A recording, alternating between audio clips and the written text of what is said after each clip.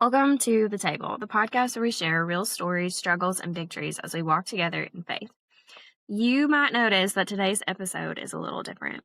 While Jenna is getting some much needed rest and taking time to heal, I'm sitting down with our guest today to talk about engagement. And let me just tell you, we're talking about way more than the season of engagement today.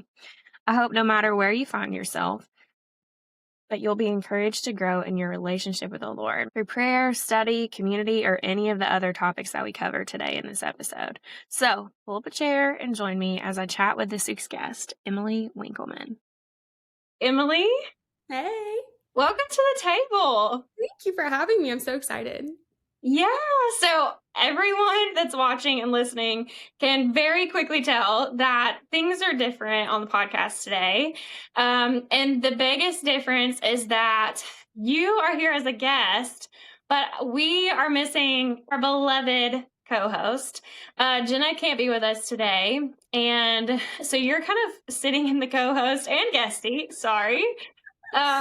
She is not feeling well. She's been pretty sick for a couple of weeks now. And man, I know how much her heart wanted to be here today to have this conversation with you, but she is taking so much needed time for her body to rest and recover. So I wanted to lead with that one because you are not Jenna, and our listeners that hang out with us every week would really quickly wonder where she is.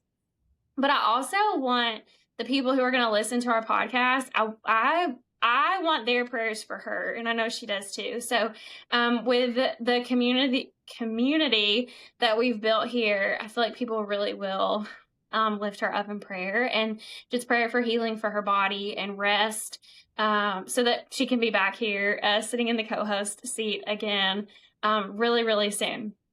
So there's that's kind of the elephant in the room to me. But I'm so glad that you, have all just said yes to this opportunity in the first place, but then that you're sitting here in kind of this newish seat. You're taking a chance on me that this is going to go okay with just me. So I'm really glad that you're here. Yeah, it's going to go great. It's going to go amazing. It's going to be good. Yeah. So, we've been talking about relationships. We've been talking about singleness a couple weeks ago. Today, we're going to talk about engagement.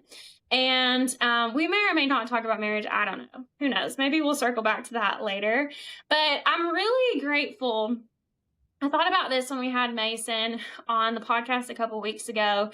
Like, there's just something really special to me, really faith-driven, I'd say, about sitting in the place you're in right now and talking about it. Like, it's one thing for you to be married 25 years and come back to the podcast and talk about what it was like to be engaged. That's one thing where you're way past that time. You've learned the lessons. You're in a whole new season and you can really, share what you learned during that time. But I think it takes another level of faith to sit in the season you're in and talk about it, and a new level of vulnerability. I can't stop thinking about Morgan Collins coming on here and talking about her journey and where she is in real time and talking about the faithfulness of the Lord in her season, even though he hasn't answered the prayer or opened the door or whatever. And we've had lots of guests do that. And so I just want to kind of call that out, I guess, before we even dive into what we're talking about today, and just say, thank you for being willing to be honest and vulnerable about where you are and what it's like for you before you've accomplished that season of life. It's actually funny you say that because it's the first thing I have written down is I want to acknowledge that since I am sitting in it, I'm not the professional. All I can talk about is what I have experienced. So I think a lot of our conversation will be me referring back to you and your thoughts. But I think it will be difficult and it will be interesting. So we'll see how it goes. But I'm excited. It's going to be good. I'm excited too. So you are here. I mean, I adore you, but also because you have really been a part of the podcast behind the scenes here lately. And when you came in to help us with some social media things, Jenna said, out out of nowhere, very first conversation that we had with you, we need to have Emily on the podcast. And I was like, yeah, of course. Yeah, let's have her on. So Jenna and Brian, her husband Brian, like they have grown really close with your future in-laws and your fiance, soon to be husband. And I have like grown up with them my whole life, it feels like. I have gotten to work with you since we go to the same church. We've been able to serve together and do several projects together, and I've just gotten to know you and spend time with you. So I'm really, really grateful for your yes, but for Jenna like getting the ball rolling and saying, let's have her here, let's talk about relationships and see what she has to say. So you are more than qualified to sit here and have this conversation with me, whether you're in the season or out of it. I'm glad that you're here. Do you want to what else do you want to tell people about you? Yeah, so I actually grew up in church. I was born into the missionary Baptist world. I was saved at 16, but it wasn't until I moved to Nashville 4 years ago that I really started to like develop my relationship with the Lord. And that was through like different things. I think that there was like a glaring sign being like, Emily, you got to get it together. And, like, I need you to be in church and be active in church, serve in church. And I think like that was a really, really long battle for me. Is I didn't want to serve. Like, I didn't want to be close to the Lord. I was saved. I was made new, but I was not bearing any fruits that I was called to bear. And so this opportunity just means the world to me because I still feel so new in my faith, even though I've been saved for so long. Like, I feel like this is a new path for me. And to be honest, like outside of speaking with the youth, I've never had an opportunity to speak on my faith. And so this is really special. Like, this is a first for me. So everyone listening, bear with me. I'm still learning. I'm still growing. I'm very new to this, but I'm so excited. Daniel and I got engaged a year ago, so hopefully I have some knowledge to drop. We'll see. I hope it works out well. Catherine, how long were you and Justin engaged? That is a story. Okay, before I answer that, I need to say I am 34 years old. We will not talk about how much older that is than you. And I still feel like such a baby Christian. Like, I have been saved so long, but I feel like it wasn't until I was not that long ago, within the last 10 years, that I had that same kind of realization, like, okay, Catherine, when are you going to actually live this life? Like, when are you going to actually have this relationship with the Lord? So I don't want to discourage you, but I feel like I still feel like I'm so new to this and I have so much to learn and so far to grow. So I really want to like give you credit for feeling that way. You're not alone. Lots of people feel that way. I was engaged to Justin for exactly 6 months. So we grew up together. We were best friends. We went to church together. And when we decided to start dating, we dated for 6 months and then were engaged for 6 months and got married within like a year time span. Mm-hmm. So if I've talked about engagement on the podcast, it probably hasn't been in like the most endearing way because I did not love that season of life. But we'll get into that more for sure in a little bit. I'm gonna like pause us for just a second because I want to have the engagement conversation so bad. But when we have a guest that comes on the podcast, lovingly make them answer these 3 questions that help create community. So Emily, I'm going to ask you these questions for you to answer to people that you don't know, and it's going to be great. Everyone is going to probably resonate with all of the things that you share. The very first question is about feasting. So how, in the last couple of weeks, in the last couple of days, what are you doing? What have you been doing to fuel your spirit? What are you feasting on? Yeah, so I will come back to this. Like, we'll circle back to what I'm about to say, but for the last year and a half, in January of 2025, I told myself I was going to read the Bible in a year. Well, yeah. Here we are, like March of 2026, and I still haven't finished. That's okay. It's actually funny. Like, I kind of lost momentum in the Old Testament, which I love the Old Testament. I love like reading the stories, but when it got into Kings and like all the numbers and stuff, I was like, oh man. So I lost my momentum there, but Daniel actually picked it up with me in I think Joshua or somewhere around there. And we have been reading every day together, and we are on track to finish the day before our wedding. So that's been Aw. really, really special for us. Just finishing the day like that has been such a blessing on our lives. Reading together, and then we go right into prayer, and it's just truly like it's been so transformative.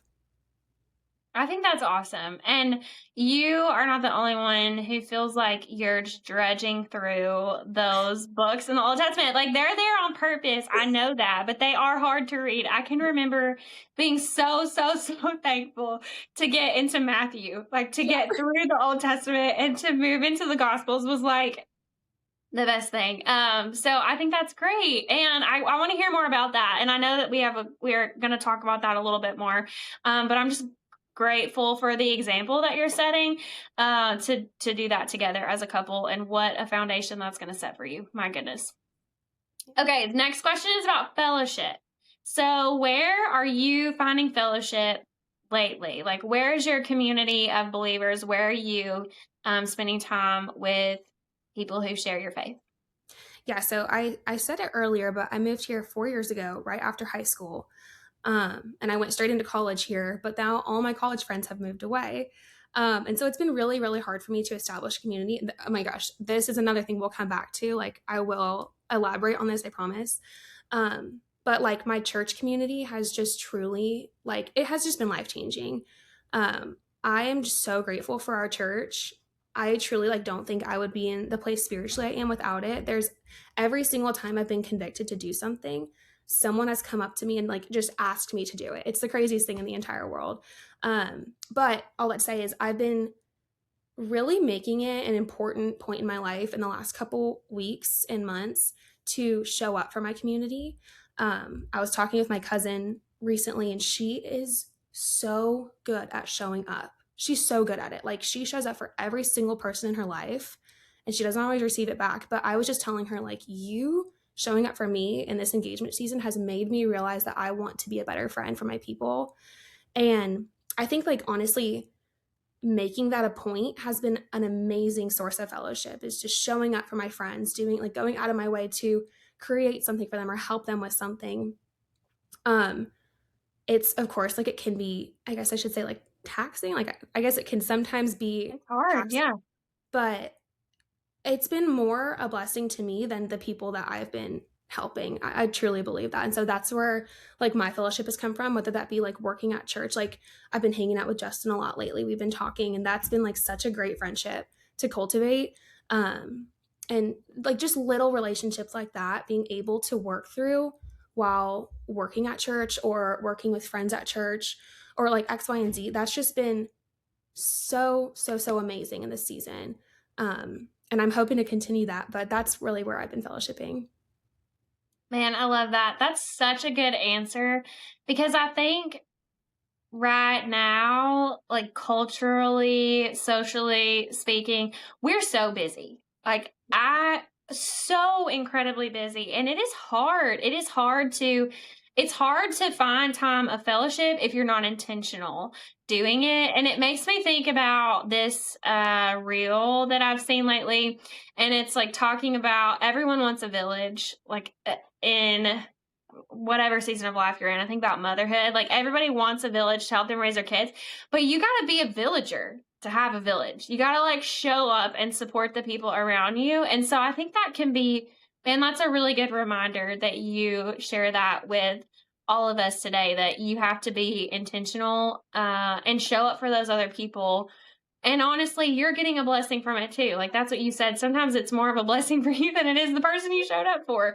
But I just love that that's the way that like God created us and designed community for us. All right, last question. This is like the hardest one, I think, to answer to people that you don't know, but that's okay. What is something that you're needing forgiveness for recently? Yeah. Yeah, this is like definitely an It's intimate question. hard. I love it. Like, I want um like a theme throughout our conversation today, I think, is going to be vulnerability. And Yeah. so here we are practicing that, and I Yeah. love it.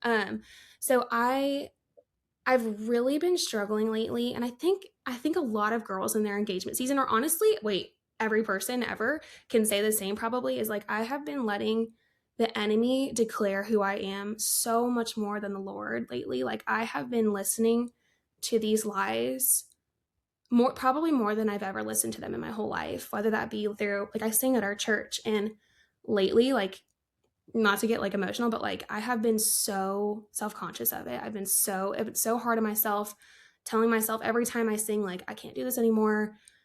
I go home and it's just like a constant spiritual battle of, Yeah. I feel like I can't do this, but the Lord says I can. So it's sinful for me to think, like, it's sinful for me to not do it when I'm being called to do it. Or for that, like, the enemy telling me that my shame is defines me.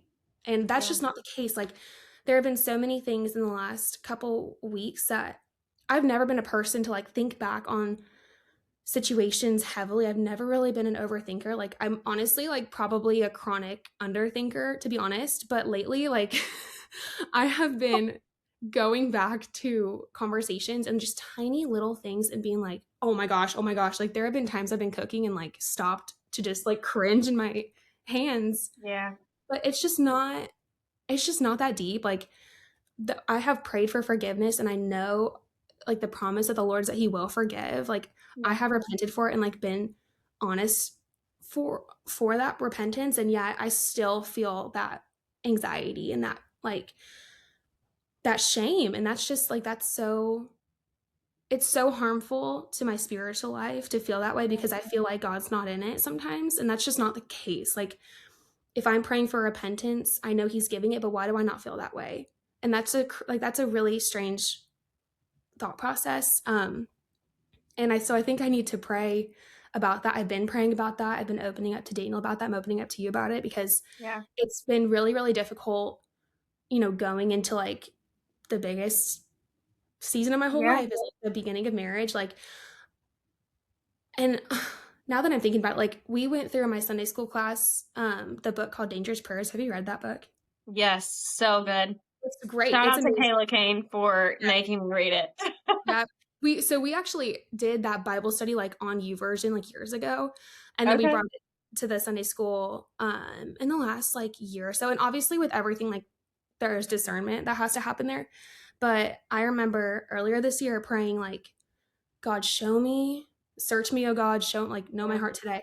Search me, please tell me like the parts of my life where I need to change. And boy, did he show me. He showed Yeah. me exactly, like, he was very made it clear where I needed to Yeah. change. And Yeah. so I say that I need to seek forgiveness about it, but like maybe it's a blessing that I feel this way, that like I'm being opened up to parts of my life that I want to change. But I don't know. I think maybe I've taken it too far. So I think it's a twofold answer. It's like I'm grateful for the shame. I shouldn't say shame, like the reconstructing that I have felt I needed to do, but also I think I've taken it to a point and it didn't need to go. And so that's Yeah. probably where my forgiveness needs to come from. Yeah. Well, Justin can be a witness to this because I just went on this like tangent with him yesterday talking about this. First of all, I want to say that I've listened to tons of podcasts about shame, tons of books about shame, and like it never comes from the Lord, right? So I think it's really wise to be able to see that that's how you feel and acknowledge that it's not the Lord, right? Like that's the enemy trying to destroy what it is that you're trying to grow. And so kudos to you for that. But I also think, this is not going to encourage you at all because, again, I'm so much older than you. But I'm really struggling with confidence in who I am and whose I am. And I was just talking to Justin about this yesterday, and I had seen this guy, not a believer that I know of, talking about confidence. And he was like, hey, if I said to you, Emily, I hate your black shirt, you'd be like, okay, whatever, because you can look at your shirt and see that it's not black, right? Like it's cream and green or whatever. And so it doesn't affect you. You're not like hurt because I said that, because you're confident in who you are and whose you are and what's true about you. So when other people say things to you that are not true to try to shame you or guilt you. You can be like, I mean, you can think whatever you want. That's great, but I know what's true about me and who I belong to. And we were talking about Jesus yesterday. Tis the season. We were talking about the cross, and the pastor said that all these people mocked him. They said all of these untrue things about Jesus, and he never answered them. Like, he never was overcome by this need to like correct their thought about him, because he knew who he was and like knew what his purpose was and why he was here, and the cross was gonna have to happen. So like, let the people say what they needed to say. He knew who he was and what he was here for. And so, goodness, I didn't know that you were gonna call me out like that. Here in this conversation, but I'm really glad that you did, and I think that you're on the right track, and you just have to keep taking it back to him, and he'll help you work through it. Okay. I feel like that could have been a whole podcast on its own. I know. I was thinking that when I was writing, like, we could just talk about shame. Like, I would be down to just talk about shame today, but maybe so good. We'll just see. We're just gonna see where it goes. We've tried to move into engagement so many times now, because we're just both excited to talk about it. So let's talk about engagement. You said you guys have been engaged for a year. As I was looking, I think all of our listeners know the process of how this works. Like, I sent some questions to our guests, and like, we all pray over them, we study over them, and when we come and we just talk about these questions. When I was looking over them again, like to, finish out my notes and stuff for today, I was reading these questions. I was like, these are really not just for people that are engaged. These are like good questions. Like, anyone in any season could learn something from these questions and the answers to them. So I have "This is for everyone" is written on like several of the questions that we're going to talk about, but we are going to talk about in the season of engagement. And, something, I think this probably will tie in really well with what we just talked about. Like, people are full of opinions, so many opinions. And that never changes. Spoiler alert, people always have an opinion about what you're doing or what you're not doing. But this season, being engaged, there's a lot of opinions. How have you learned to distinguish like the Holy Spirit's will in this season for you, and not having that drowned out by the loudness of everyone around who just wants to tell you what they think? I think for us, it's actually interesting. Like, I kind of have a different opinion or a different like perspective, because for our situation, we really haven't had that many people come up to us and tell us how we should be doing things. I've been really grateful for that. Like, Yeah. we've gotten very lucky with that. But I don't know if it's that they haven't, or if we just haven't really listened. Because Yeah. I feel like the decisions that we've had to make have been very clear to us. But I think that that's also a recent thing. At the beginning, like, it wasn't that clear. Had no idea what to do, and it was very, very, very overwhelming, whether that be like the timeline of when we get married, when we get engaged, how we get married, like when we get married. It's just, that was a little bit overwhelming for us. But when we started praying very, very specifically about it, it became so clear. Like, every decision that we made became so clear. And I said this at a youth retreat a long time ago, but like, God's voice to me is like talking to you or talking to a friend. Like, if someone close to me came and like told me something, it's a lot easier to listen to them than someone who I don't know at all coming to me and talking to me.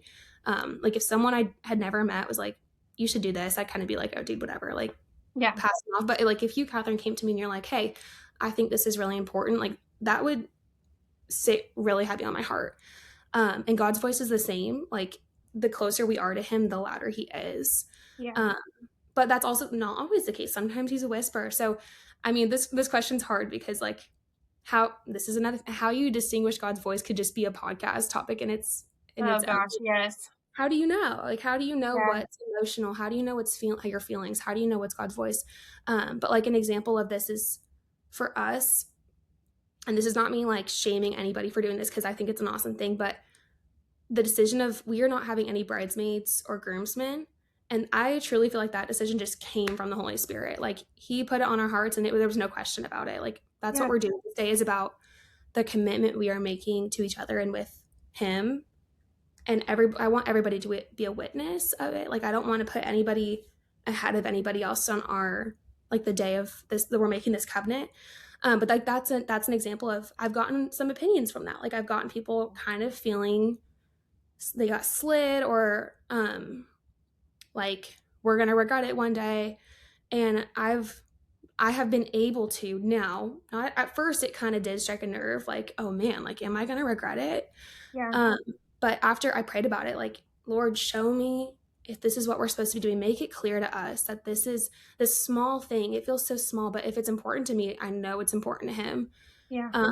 Like, show me what we're supposed to be doing with this, and that turmoil has just gone away for that situation. Like, I know I'm not going to regret this. I know it's the right thing to do. I know it's coming from Him. And I think, but He's been really gracious to us and made things really, really clear. So it is difficult. It was difficult at first, but when I began to pray about it, it became very easy. Yeah, to know what to do next and to know which direction you want to go. And sorry, I wrote this down. I didn't even touch on it. I think the biggest opinion besides like the bridal party that we got was on our timeline and how fast it was. People think you're getting married too fast. Yes. You've been engaged a year. We dated for a year and we've been engaged for a year, but Yeah. we're also 22 and 23. So Yeah. people have been like, are you okay? Like, is this the right thing? I've had people sit me down being like, we're really worried for you. And I'm just like, wait, what? Like, this is obedience to me. Like, this is what I feel like we're supposed to be doing. And so that's been the biggest opinion, but I know if I'm being obedient, it will work itself out. And if people don't see that, like that's not something I need to worry about, even though that's a really hard realization to come to. Like obedience is so much bigger than your feelings about it. And I'll probably say this a million times over. Closeness to God is about obedience and not your feelings. I've had that like written everywhere, written on my heart the last couple of years. And so that's kind of been like our mindset going into when we get married and all that. I love it. And I'm going to tie us into one of the other questions because I just want to know. Another question is, how do you keep Jesus at the center of your relationship when culture would say this is all about you? Mm-hmm. I want you to answer that, and then I have a follow-up question. Okay. Oh my gosh. Do you have any thoughts, first of all? I just want to know kind of what, like, how do you get away from opinions? Like, how do you, I don't know. I just want to know what you think about it.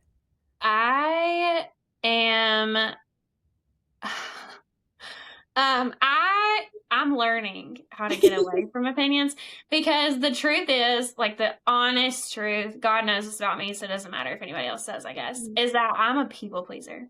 And I want people to like me, and I want people to like think highly of me. I want them to think I'm a good mom. I want them to think I'm a good wife. Like I care about that, and I'm really trying not to.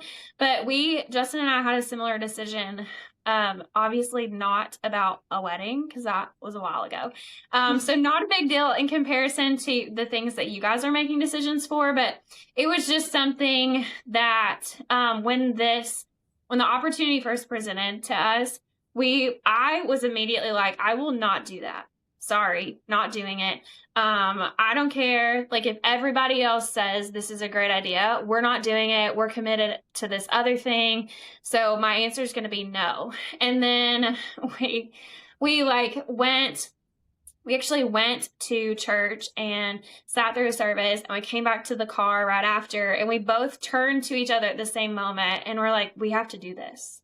Like the Holy Spirit, it is right for us to make this decision, and nobody else is going to understand it. A lot of people are probably not going to appreciate it, but it's like, it was so clear to both of us that this was the right thing to do, when the day before I would have said, there's no way I'm doing that. Mm-hmm. Absolutely not. So I think I'm learning to listen. And I think more than anything, I'm learning that it really only matters what God thinks. Yeah. Like your obedience thing, it's like, I could care less what you think about my decision as long as I I'll put my stake in the ground that this is what the Lord wanted me to do. And I don't really care what you think about it because He's the one I want to please ultimately. So it's been a process. I don't know how much I did this when I was engaged, when I was sitting in the season that you're in, but I'm learning. I'm growing. That's what I told my mom yesterday. I'm growing.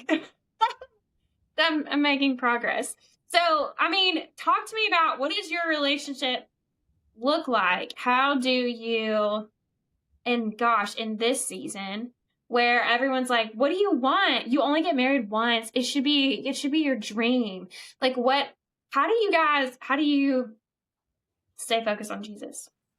Yeah, I think our decision to get married is an example of that, because everyone around us is like, you don't want to be single in your 20s, like you don't want to do all these things. And for us, it's like, no, we don't want to do that. And we want to serve together. We want to be, one front. Like we want to be married and go through our 20s together and like start a life together. And I think again, like that's, to me, was an act of obedience to do that, because like there are times, of course, I miss living with my girlfriends, and there were a lot of sacrifices I had to make right before engagement, which we'll come back to. But it was really difficult for me, and so there are definitely times where it's like I wish that it's gonna sound bad, but like I wish the Lord called me in a different way, not getting engaged, because that's my dream in my whole life, is to be married to Daniel. But like there were sacrifices that came with it, but that was an act of obedience. And for us also, keeping Jesus at the center, like I think the biggest thing in our whole relationship from day one, like the day we decided, okay, we probably should date now, I remember he looked at me and he said, like, we're going to pray together every night. That's not negotiable. Like, we're going to do this. And that's been so powerful in our relationship, because there are times where we're praying out loud at night, and there are things that he's saying and things on his heart that don't come up in like daily conversation. So I am getting to know like his burdens through these prayers, and like how I can pray over him, and how we can like be vulnerable with each other. And that's like another point, is I have had to learn keeping Jesus at the center means telling him my vulnerability so he can pray about it with me and for me. It makes me a better Christian. It makes me a better fiance, or whatever. I don't like that word. It's so pretentious to say. But like I'd rather just call him my boyfriend. But it makes me a better person, I think, when we're praying over each other and with each other every day. We end the day that way together. And I'm excited when we get married, we can start the day in prayer instead of ending it, because we don't start the day together. And that's kind of been a struggle. But for us, it's just these little acts of service, well, sometimes big acts of service, that really just point us back to Jesus at the end of the day. And they add up. Like these little acts add up, I really believe, because when we are not doing what we're supposed to do, and when Jesus is not at the center, I feel like our relationship is crumbling. And there have definitely been times where that's been the case, and where we've kind of been straying or doing what we wanted to do in our relationship or in our individual lives. And it's been like bad news bears when that's the case. It's not really been it's not been good for us. And so we've learned our lesson there, but I think we'll fail again and come back to those times where Jesus has been at the center and we've been stronger individually and together. I think when people think about newlyweds, they don't think about the vulnerability of praying together every day. Like that's not top of mind when you think about the new things that you're going to experience as newlyweds. But even listening to you talk about praying together every night, like I can feel how uncomfortable that can be sometimes, right? Like I've sat in those moments, and when Justin and I pray together, which I'm going to take some challenge away from this conversation that we should do it more. Even when we're just praying like over our meal together, it's like it just is a different kind of vulnerability, because you're letting that other person into your relationship with the Lord that was once just you and him, right? And so I think that's like, tell me more about that. How did you guys start? I mean, you said Daniel was like, this is something we're going to do, but was it clunky at first? Like, have you gotten better at it? Does it feel better? Does it still feel uncomfortable? What do you think? So I think for him, like, he's just a naturally really good prayer, which I'm kind of jealous of. But before we started dating, I don't think I'd ever prayed out loud before in my life, like with somebody else. Yeah. Uh, and like that's shameful to say, but also it's not because like which I don't know that like I've ever as a girl growing up had the opportunity to pray in a Sunday school class or like pray with my family. Like Yeah. that's just not really like something that girls have Yeah. done. Um like I'm hoping to change that like with my kids is like Lord willing, like I want my girls to pray out loud too because I think that's so powerful. Like when I have Yeah. prayed out loud, I can go back to the times in our relationship where I have felt the most broken and we've knelt down, and I've prayed out loud and I've said my burdens out loud. And like that conviction, it's not the same conviction as like before I was saved, but that conviction just, it Yeah. goes away. Like there, it's so much different than praying in your head because when you're in your head, like for me, when I'm praying, my mind is elsewhere. Like to be honest, like when we're praying Yeah. at church, my mind is somewhere else. Like I cannot keep focused when I'm just in my own brain because I'm thinking about, okay, what am I making for dinner? Like what do I have to do for work tomorrow? Like when Yeah. do I go to the gym? Like the Right. silliest things. But when you're praying out loud, there is no distraction.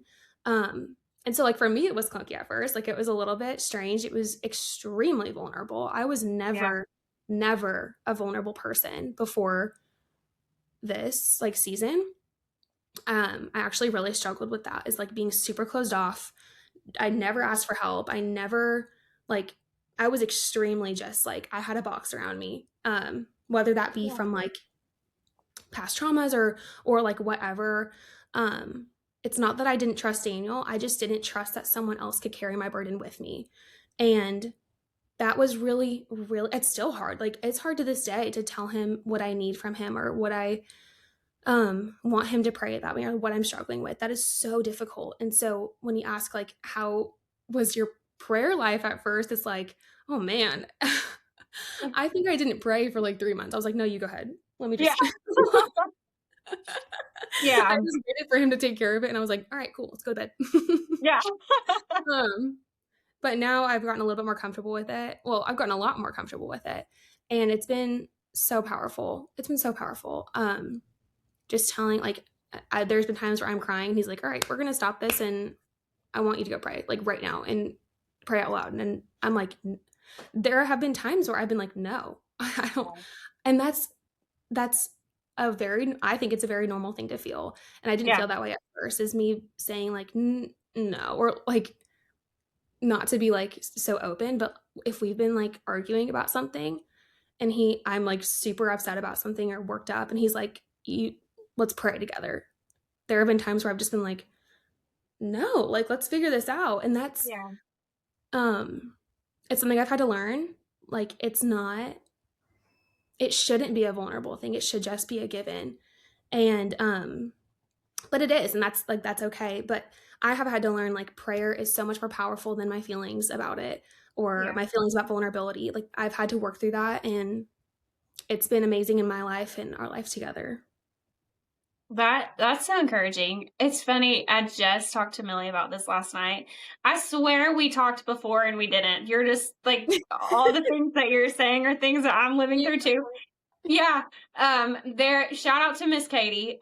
She teaches Millie's class and she asks kids to pray in class. And so Millie got to a point, Mills is really shy. She was like, I'm not going to class anymore because I am not praying out loud. And so last night I was like, hey, did you ever pray for your class? She was like, no. I asked Miss Katie and she said I didn't have to. Like whenever I was ready, I could. And I told her, I was like, Mills, do you know that you're such a good prayer. And she was like, well, you're my mom and I'm okay when I pray at the dinner table. She really is. Like she doesn't have the Holy Spirit. She's 6 years old. But if you tell that kid something to pray about, like someone's sick, she does not forget. And it can be weeks later and she's still praying about that same person or like ask me randomly how that person is or what happened in that situation. And so I told her that I said, girls, sometimes feel uncomfortable. This happens when I'm in Sunday school, when we're in Wednesday night class. Like, if the teacher says, "Will someone pray?" everyone's faces go down, right? Like, everyone is like, "Do not call on me. I do not want to do it." And so, man, this is something I've been convicted about lately, but I just appreciate you sharing your example, the experience that you guys have had through that, and like how it might change our lives if we did it more. And like, we're vulnerable when it doesn't feel good, and had more of that like authentic relationship and bring other people in. Oh, it's so good. We can have a podcast on that too. I know. I also think it's important, like the times that I didn't want to pray and we did end up praying, like of course it works. Of course Right. it works. It Like of does work. course it makes it Yeah. better. Um but it's just something that I had to work through, and I think it's something that everyone has to work through. So that's like something that anybody takes away from this is pray out loud, get like work through that vulnerability, work through that barrier. Just like I am working through it right now. So work through it with me. We can do it together. Okay, I didn't prep you for this. Like, let's say someone is listening to this and they do not pray at all with anyone out loud, like with their spouse. Let's do spouse because this is about engagement. Like, how would you encourage them? Like, what's the first step that they could do? What do you think? I mean, I think there's a couple in my life actually that we were talking to in the last couple months, and we told them we pray it together every night. And they're much older. They've been married for over 20 years, and they just said like, we've never prayed together, and so now it's kind of awkward, like to bring that conversation up. And I don't have that perspective, and so I think that's a really vulnerable thing to say, like to tell a 21-year-old we've never prayed in our marriage together, and now it's hard to bring up that conversation. And so, as someone that's so young, like I don't know what advice to give you other than pray on your own time to give you the strength to pray out loud. Like which just seems pray about praying. And that seems so silly, but I had to pray individually about praying out loud and praying with Daniel before we were before. And I also like we had just started dating. Like I was low-key still trying to impress him. So I'm like, I don't I'm like, I want to sound like good when I'm like saying this. And so I was like, God, please give me the strength to sound cool. Yeah.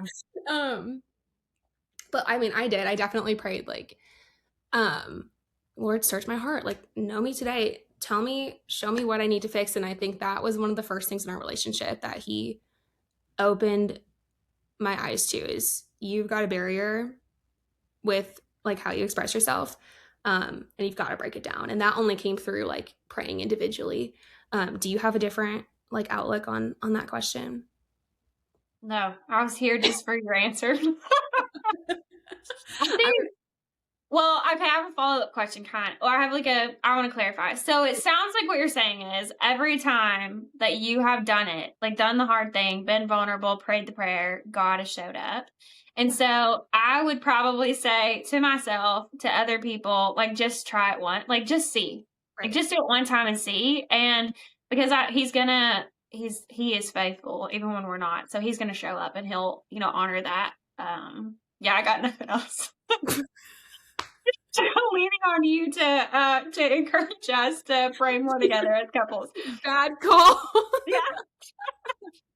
Okay, I do though I want to go back to something you said. So you said you guys are so young, which you are young. But people were like, "Are you sure you want to get married? You don't want to like wait?" And like why did you choose this path when this is a little bit unscripted, my bad. When you could have y'all could have moved in together and like tested this out for a while. You could have like lived your best life and like waited, right?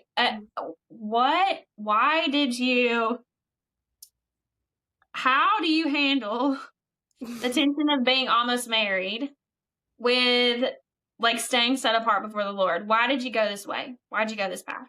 Man, like when I tell you our life would be so much easier if we gave into that temptation, it really would. Like, I'm not going to sit here and lie and be like, oh, it's so like, we just did the right thing. Like, no, it's so hard to go home every night and not live together. It is so hard to live which this is like a first world problem, but like it's so hard to live 45 minutes away and Yes. one of us is driving every day or meeting up, like we're at opposite ends of church. So we're either like meeting at church or what. Yeah. It's just, it would be so easy to cave on like what's important to us.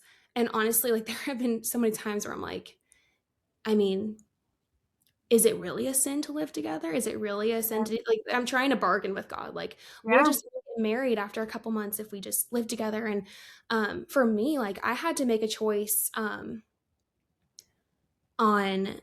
because I transferred home from school. I felt like the Lord was calling me to transfer from Belmont, which I'd been there for 3 years.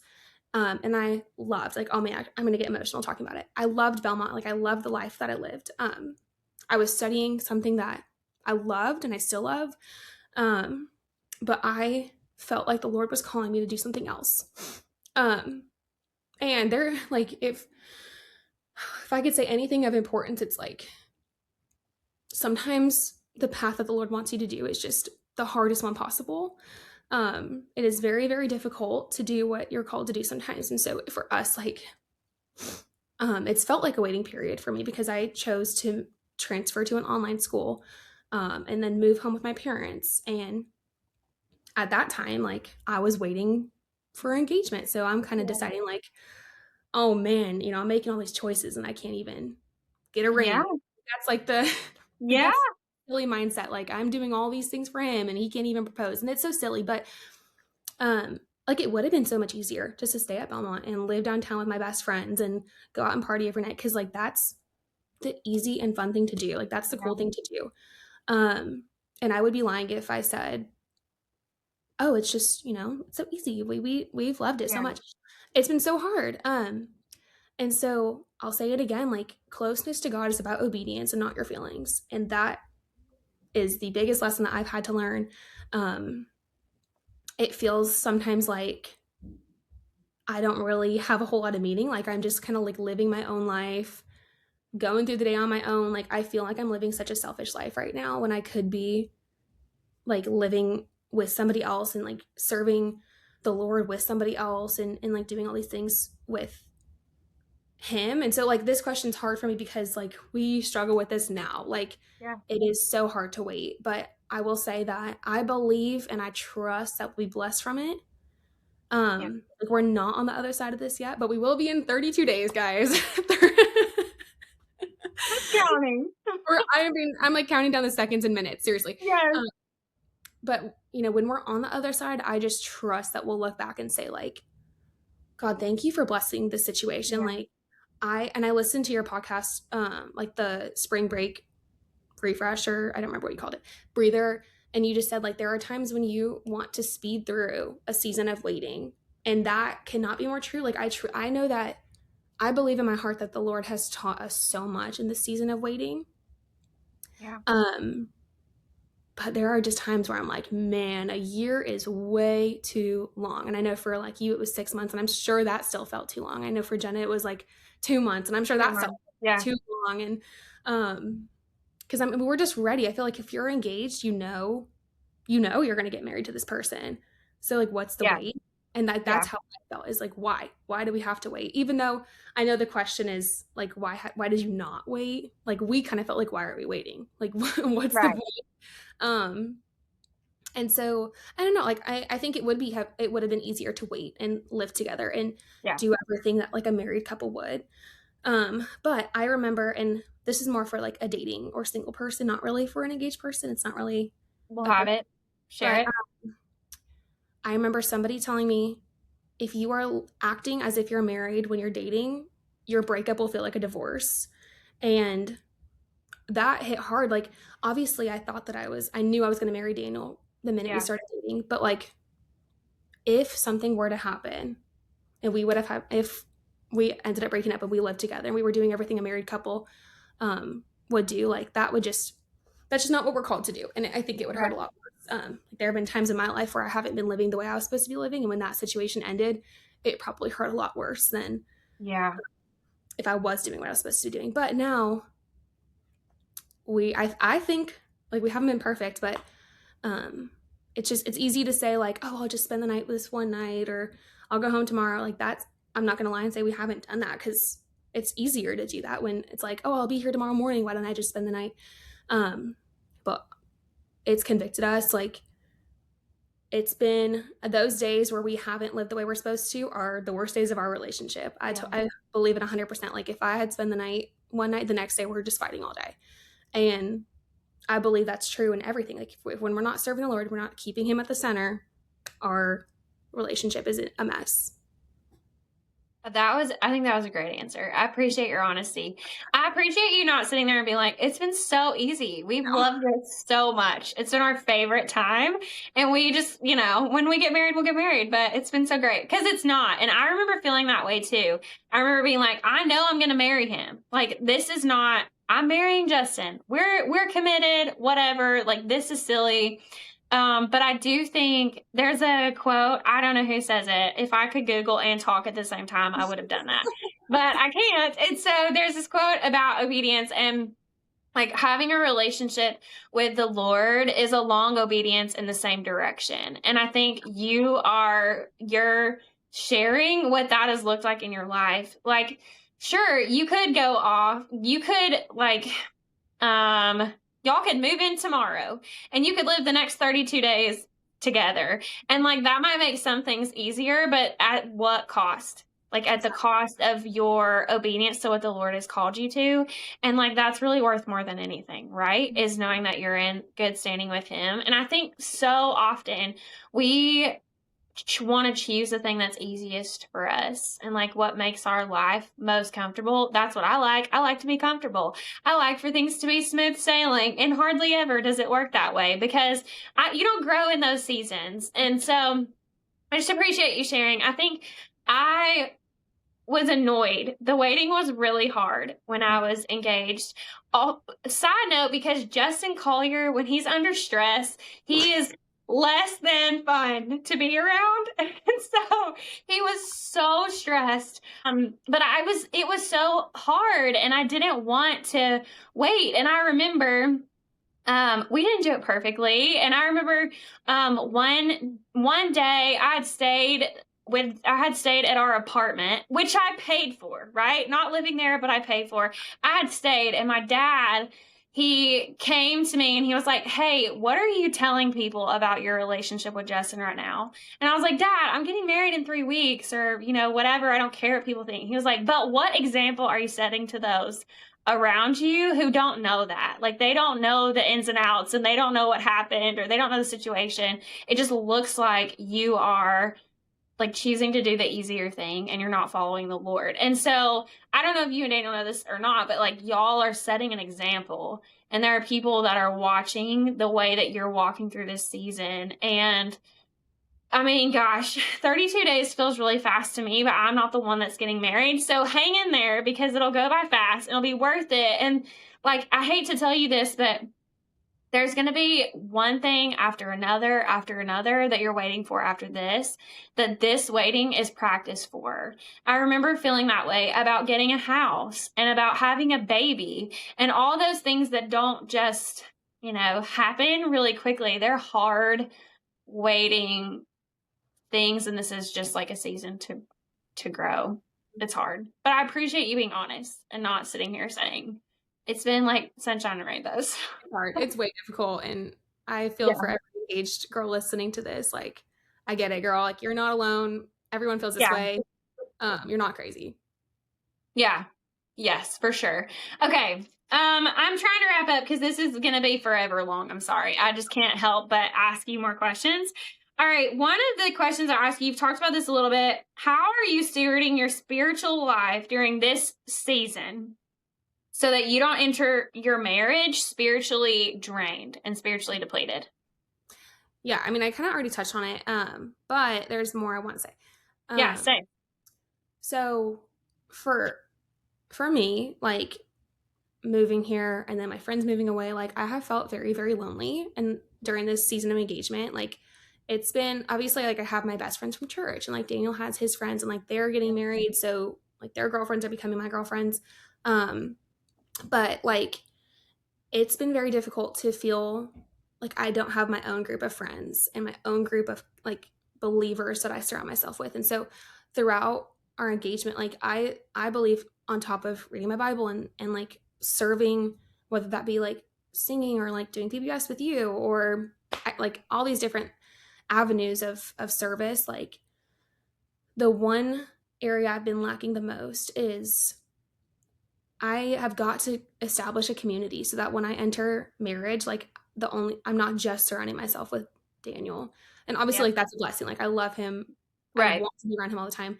But like for those who are listening and don't know, he's a pilot and he's gone half the time. So he's Yep. gone for 7 days at a time. And there have been times where he's been gone and I've stayed at our house. And I've just realized like, oh man, this is going to be tough. I work from home. Yeah. I'm going to be living alone and I have no friends in the city I'm moving to. And I'm terrified if I'm being honest with you. Like Yeah. I'm extremely scared that I'm going to feel like lonely or oh my gosh. I don't want to lose myself from making the biggest commitment I'm ever going to make because I'm so excited to get married to him. And I'm so excited to live with him, but half the time I'm not living with him. Yeah. And so for me, like, I'm sorry I'm so emotional. I think like the last couple weeks of engagement is just really hard. It's really hard, yes. I mean, actually every week of engagement's been hard, but like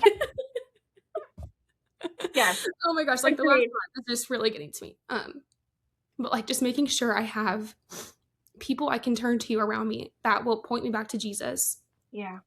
And obviously like our church has been such a blessing. But we don't have a lot of girls my age at church. Like obviously I love like my friends, their names are like Dawson, Andrew, Nathan, and I love them to death. Like they're the best friends in the whole world, but like I'm not gonna go hang out with them on a Tuesday night when I need a girl to talk to.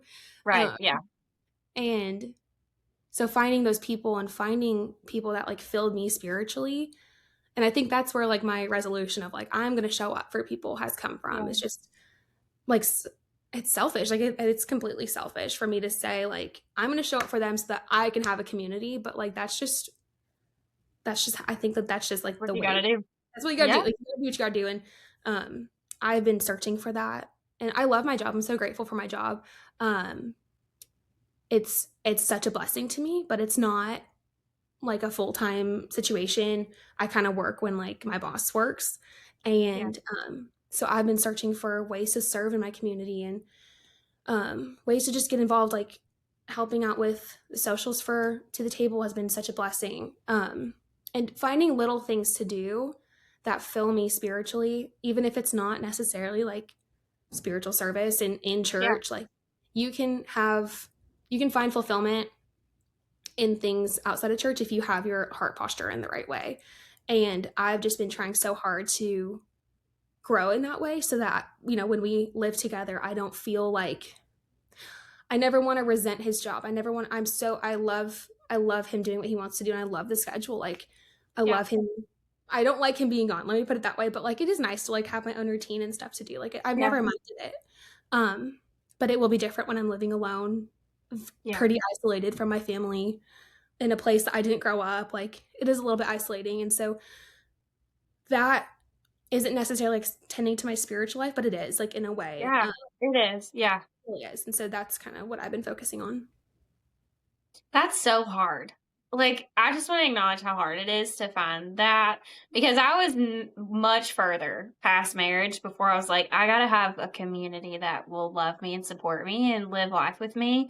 And it's just hard. It's hard to find. I think a lot of people, though, can really relate to what you said. And so I would just encourage you to keep doing the things that you're doing because I think that you're doing the right things to find it. And the Lord knows the people. I mean, probably some of those people are already in your life right now that are going to jump in and they're going to be your support and your community in this new season of life. So don't get discouraged. Just keep going. Keep doing it. I have full faith that the Lord has people ready for you. So it's hard though. I appreciate you being honest that's hard because a lot of people feel that in lots of seasons of their life, not just during engagement. Okay. We talked with Mason a couple weeks ago. we've said a lot of things to encourage people, whether they're engaged, married, single. I don't really care what your relationship status is. I feel like there's 12 takeaways from this episode already that could challenge people in their walk with the Lord and finding community. What would you say? Maybe even what would you tell like single Emily if you could go back? Oh man. How would you encourage her in that season of singleness? Wow. Okay, so we're talking singleness, not dating. Like either one, whatever you want. Okay. I'll kind of talk to both. I think for me, like if I was going to tell anybody, I'm not going to talk to engaged Emily because I'm going to use me as a bad example. Okay. I'm going to talk to somebody else because I want to use my experience and show you what not to do.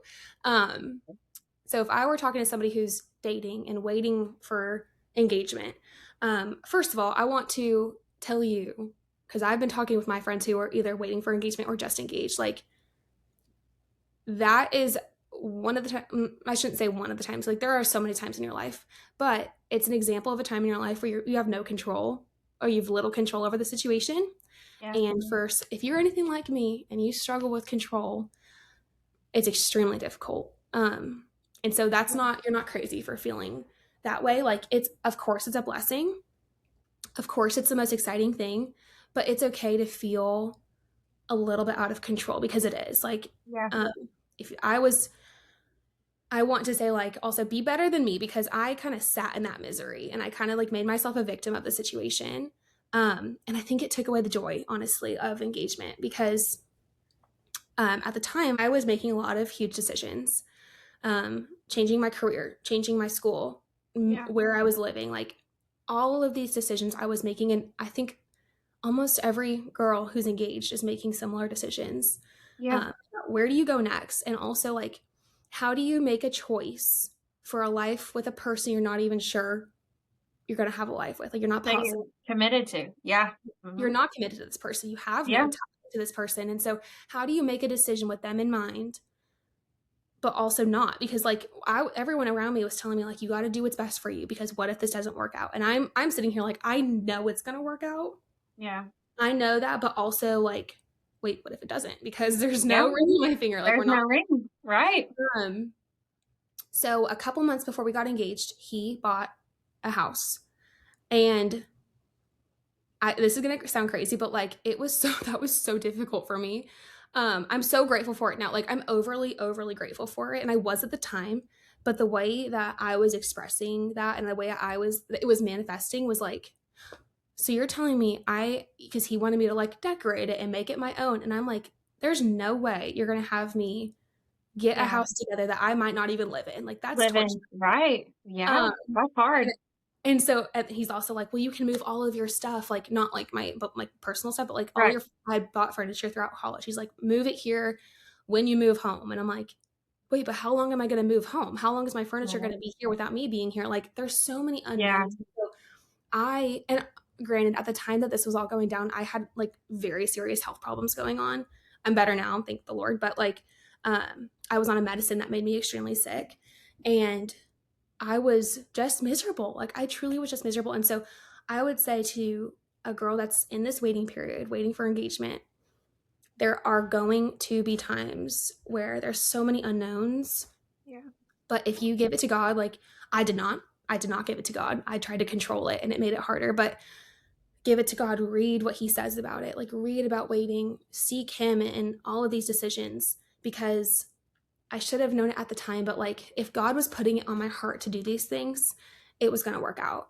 I should have just remembered that. Like I knew that transferring, even though it wasn't what I wanted to do, was God led, and I knew that he would work it out for me. Yeah. In my head, I was thinking, oh, I'm transferring for this boy, and what if it doesn't even like, what if I end up, and it wasn't for him, it was for me, but I was putting it on Daniel because I made the choice with him in mind.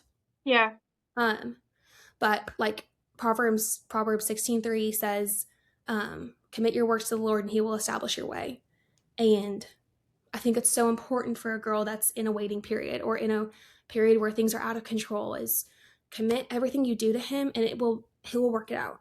Because Like I saw a waiting period as a waiting period. And I didn't see it as a preparation period. And I should have been. Like I should have been getting ready for engagement because to be honest, like we got engaged at one of the lowest points mentally in my life. Like I felt so out of control. I felt so sick all the time.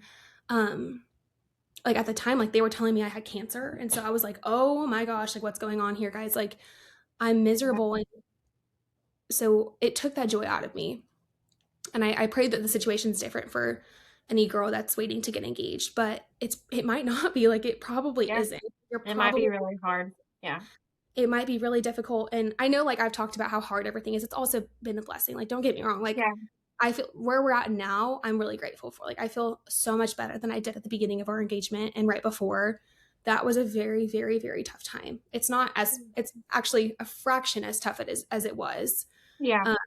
I think the Lord has made it right. The Lord has gave me peace about all these decisions. I'm also out of that like headspace. And so like I'm okay now. It feels great now. Like I've actually loved the last little bit of our engagement, but it was not easy at first. And so I'm praying for you. And the Lord will control what you feel like is out of control. Always. Yeah. Always. I think that's great advice.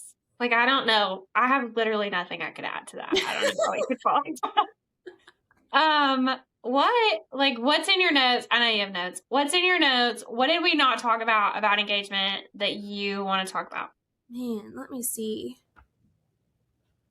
I actually feel like we went over almost everything. I think like the biggest thing that I wrote here, and I'm going to say it again, like you guys are probably like, dude, you need to be quiet, is no one's thinking.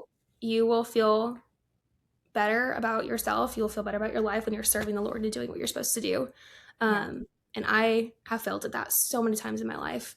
So I'm honestly reminding myself by saying that, like, we talked about at the beginning of this episode, like I have been feeling like I'm not, like I need to stop doing these things that I know I'm supposed to be doing. But imagine the turmoil that would happen in my life if I stopped doing what I was called to do. Yeah. If you are serving the Lord, and if you and your fiance are making decisions that are God-led, it will create change. Like it will impact somebody. It will put you on the right path. And that's been probably the biggest lesson of my engagement. That's a good lesson for anyone. That's encouraging to me. So I'm glad that you said it again. I cannot thank you enough for coming and having this conversation with me. I know it just like makes my heart so sad because I know Jenna wanted to be a part of this so bad, but I know that she's going to listen and she's going to come back with all kinds of questions and encouragement for you moving forward. So man, yeah, thank you for your yes. And thank you for doing something that maybe was outside of your comfort zone, was definitely could have been better planned. So my apologies. I'm just really grateful that you showed up here and had an honest conversation with me. Yeah, thanks for listening. I really appreciate your questions and taking time to prepare and pray with me. It meant so much. Yeah. Okay. And we're going to bring you back in like 32 days and you can talk about what it's like to be married. All right. Thank you so much, Emily. And we will be back next week to talk about something else. Bye, guys. Thanks for coming to the table. We hope today's conversation encouraged you as you seek Jesus in the big moments and the little ones. Check out the show notes for any scripture, resources, whatever we talked about today. Feel free to share this episode, leave a comment, ask a question, or share your thoughts with us. Come back and join us again next week. We'll be right here. If you haven't already, go follow or subscribe wherever you listen and find us on socials to catch up if you don't have time to listen throughout the week, or just to find out what all the next episodes are about. Also, we know you have things to say, examples to share, wisdom to give, so look for opportunities this week to share with those around you or even with us. All right, we'll see you next time.